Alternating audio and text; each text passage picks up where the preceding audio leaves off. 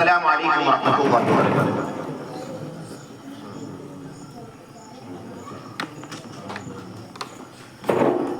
عزیز سامعین کرام، ابھی جو عربی میں پڑھا گیا ہے وہ تقریر ہی تھی ایک۔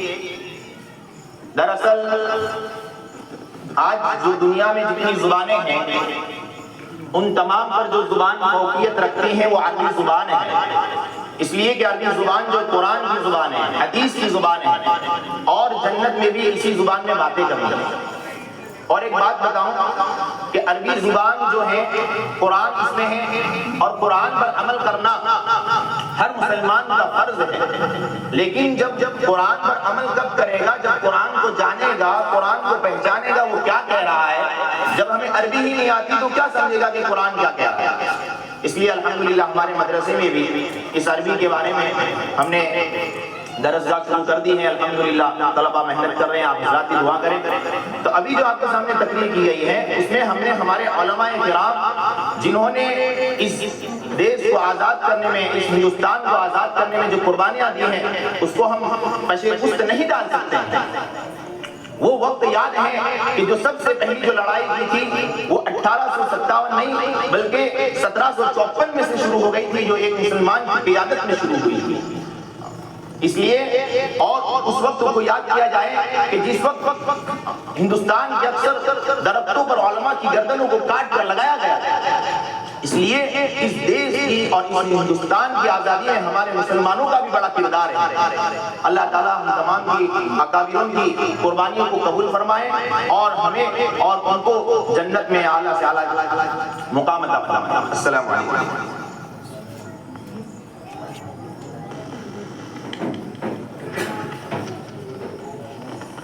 ماشاءاللہ مودی صاحب، نہ پوچھو زمانے سے کہ کیا ہماری کہانی ہے، نہ پوچھو زمانے سے کہ کیا ہماری کہانی ہے، ہماری پہچان تو یہی ہے کہ ہم ہندوستانی ہیں۔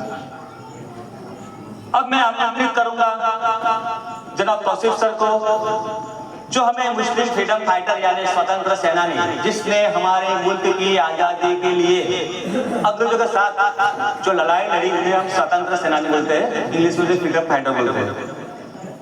میں دعوت دوں گا توصیف سر کو۔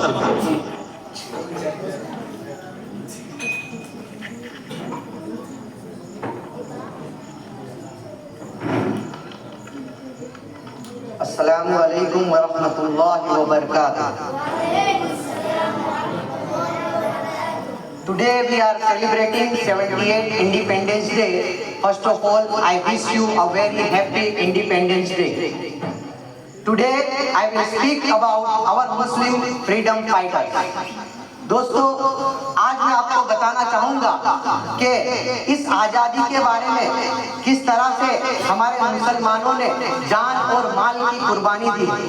آج میں آپ کو بتانا چاہوں گا کہ ہندوستان کی آزادی کے اندر مسلمانوں کی بھی خون سے لکھی گئی ہے، جس کے بارے میں بہت کم لوگ بات کرتے ہیں، اور اتہاس میں سے مسلمانوں کی تاریخوں کو مٹایا جا رہا ہے۔ دوستو، یہ وہی مسلمان ہیں جنہوں نے سب سے پہلے انگریزوں کا وروਧ کیا تھا، جن کا نام تھا نواب سراج الدین دولہ۔ انہوں نے عیسوی سن 1750 کے اندر انگریزوں کے خلاف سب سے بڑی زمین کھڑی کی۔ یہ وہی مسلمان ہیں جنہوں نے انگریزوں کے خلاف سب سے پہلے سوتنتر سنگرام کیا تھا، جن کا نام تھا میسور کے حیدر علی اور ان کے بیٹے ٹیپو سلطان، جنہوں نے انگریزوں کے خلاف لوہے سے بنے راکٹ اور توپوں کا استعمال کیا تھا۔ یہ وہی مسلمان ہیں جنہوں نے انگریز کے ہندوستان سے باہر نکالنے کی کوشش کی تھی، جن کا نام تھا مغل سمراٹ بہادر شاہ ظفر۔ 1857 میں بھارت کو آزاد کرنے کی نیو سب سے پہلے انہوں نے ہی رکھی۔ یہ وہی مسلمان ہیں جنہوں نے اپنے آپ کو اس دیش کی آزادی کے خاطر پھانسی پر چڑھا دیا تھا، جن کا نام تھا مولوی محمد باقر۔ 1857 کے بعد ان کو بھی پھانسی دے دی گئی تھی، اور پھانسی پر چڑھنے والے وہ پہلے پترکار تھے۔ یہ وہی مسلمان ہیں جس نے ایسٹ انڈیا کے خلاف سازش کی تھی، جس کے لیے ان کو پھانسی پر لٹکا دیا تھا۔ میں بات کر رہا ہوں اشفاق اللہ خان کی، صرف اور صرف 27 سال کی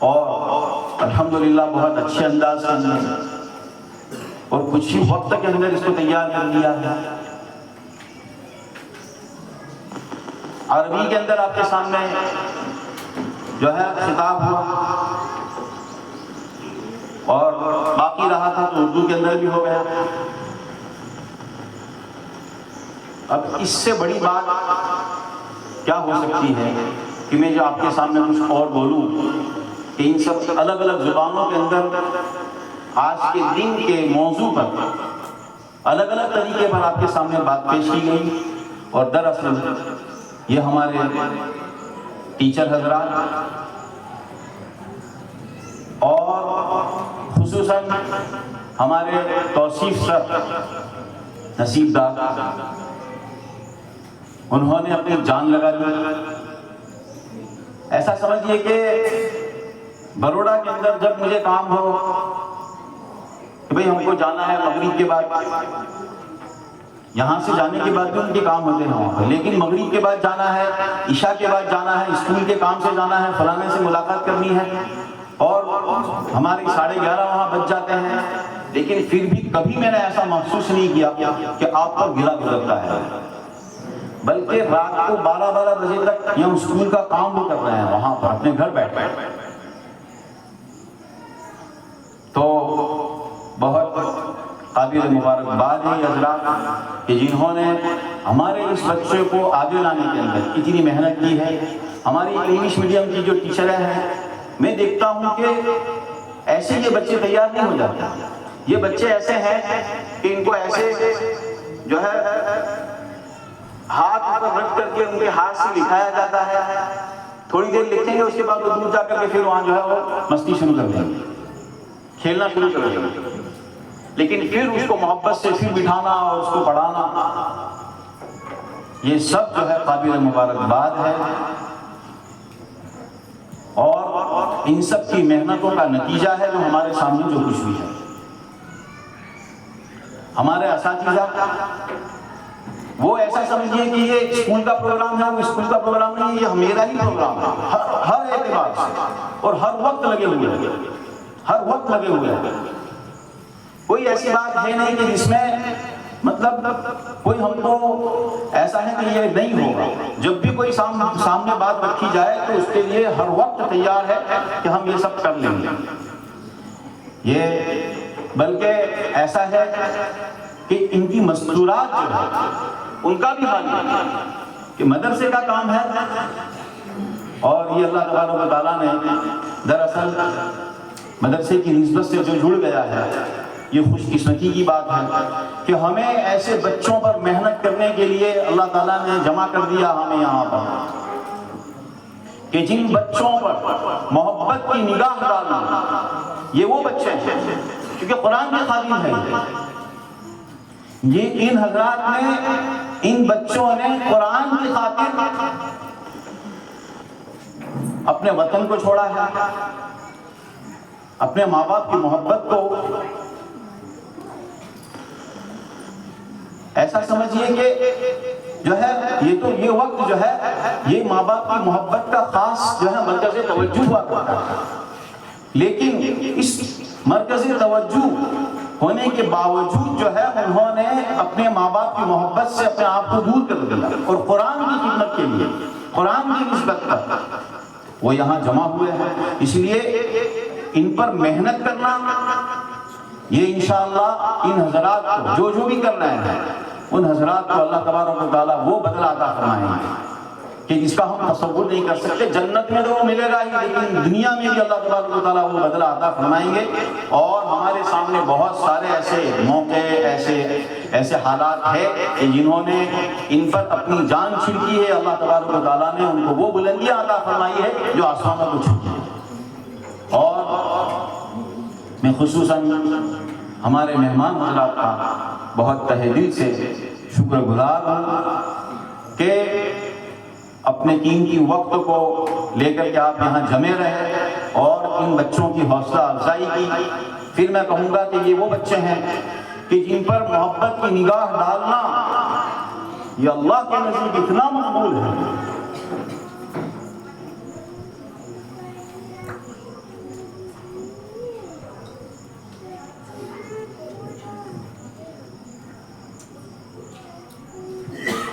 کہ اللہ تعالیٰ اپنی محبت سے ہمارے سے نہیں ہٹے۔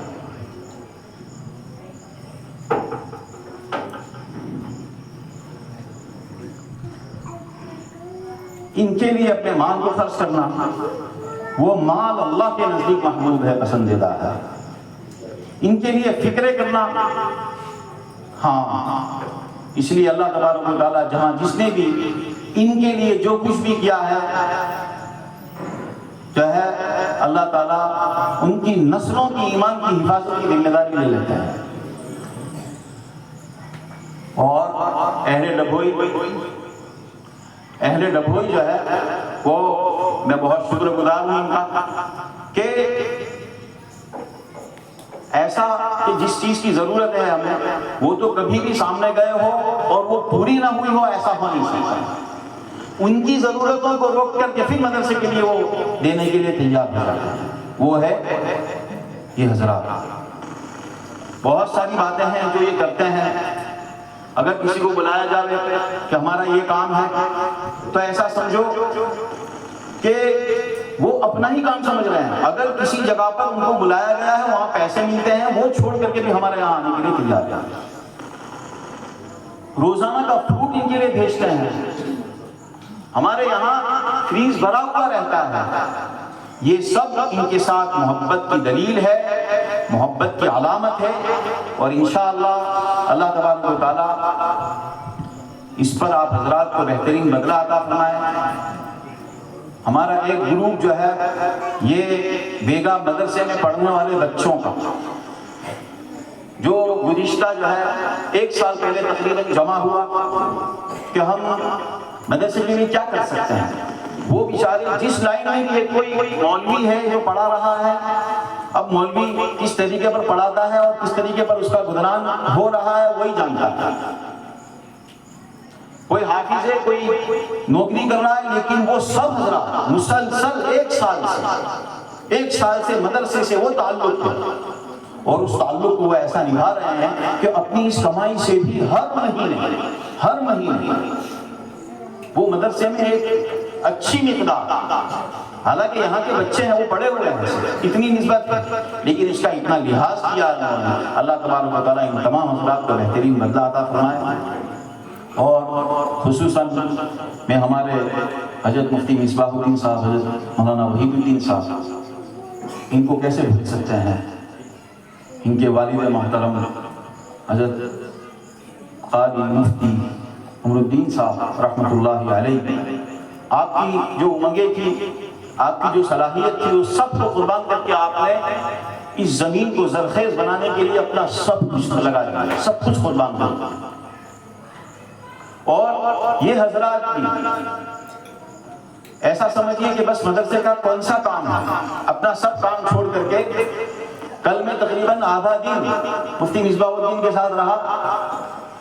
میں صبح 7 بجے گھر سے نکلا تھا اور 1 بجے گھر پر واپس آیا، حضرت مفتی مصباح الدین صاحب لگے ہوئے ہیں، اور اس کے بعد بھی شام کو بھی آپ کو جو ہے آپ نے اس کے بعد بھی وہ کام جاری رکھا۔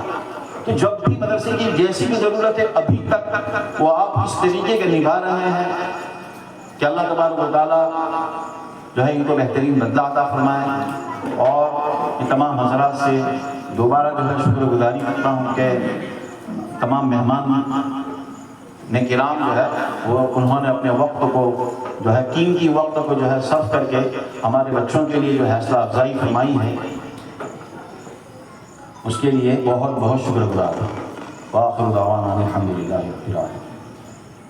حضرت مولانا وحید الدین صاحب سے میں درخواست کرتا ہوں کہ وہ جو ہے دعا کرائیں، اور اس مجلس کے اختتام پر جو ہے کھانے کا نظم ہے تمام حضرات کے لیے، تو تمام حضرات جو ہے وہ ہماری دعوت کو قبول فرمائیں اور کھا کر پھر جائیں۔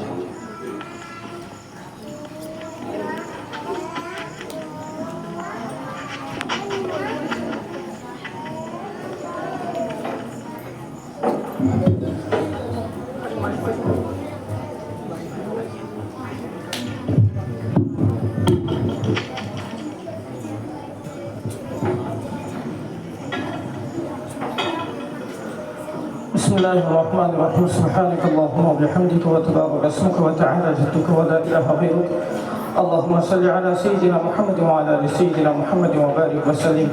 اے اللہ ہمارے سب سے گناہوں کو معاف فرما۔ اے اللہ ہم گنہگار ہیں، اے اللہ ہم خطا کار ہیں، اے اللہ سر کے بالوں سے لے کر پیر کے ناخن تک، اے اللہ دن کے اجالے میں اور رات کے اندھیروں میں ہم نے بے گناہ کیے ہیں۔ اے اللہ ہم اقراری مجرم ہیں، اے اللہ تیرے دربار میں حاضر ہیں۔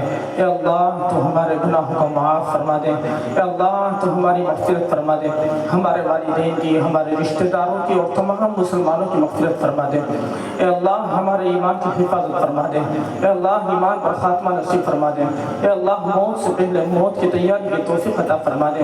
اے اللہ آج جس وقت ہم یہاں حاضر ہوئے ہیں، اے اللہ جس موقع سے ہم یہاں حاضر ہوئے ہیں، اے اللہ ہمارے ملک کی آزادی کے جشن منانے کے لیے ہم حاضر ہوئے ہیں۔ اے اللہ ہمارے ملک کو تو ہمیشہ امن و امان میں رکھ، اے اللہ ان کے مسلمانوں کی اور یہاں کے باشندوں کی حفاظت فرما، اے اللہ خاص طور سے یہاں کے مسلمانوں کی تو حفاظت فرما، اے اللہ یہاں کے مسلمانوں کی ایمان کی حفاظت فرما، اے اللہ ہمارے نسل کی ایمان کی حفاظت فرما، اے اللہ کفر دندناتا پھر رہا ہے، اے اللہ ہمارے ایمان کو چھیننے کی کوشش کی جا رہی ہے، اے اللہ ہماری مساجد اور ہمارے مکاتب کو ختم کرنے کی سازش کی جا رہی ہے۔ اے اللہ تو اپنے فضل سے اور اپنی رحمت سے ہماری مساجد کی بھی حفاظت فرما، اے اللہ ہمارے مکاتب اور ہمارے مدارس کی حفاظت فرما، اے اللہ جب تک کہ ملک قائم ہے، اے اللہ تو یہاں کے مسلمانوں کو اپنے تشخص اور اپنے اسلامی شعائر کے ساتھ باقی رکھے۔ اللہ اے اللہ مسلمانوں کی ایمان کی حفاظت فرما دے، اے اللہ اس ملک میں امن و امان عطا فرما دے، اے اللہ جو لوگ اس ملک کے امن و امان کو چھیننا چاہتے ہیں اور اس کو ختم کرنا چاہتے ہیں، اے اللہ یا تو توفیق دے۔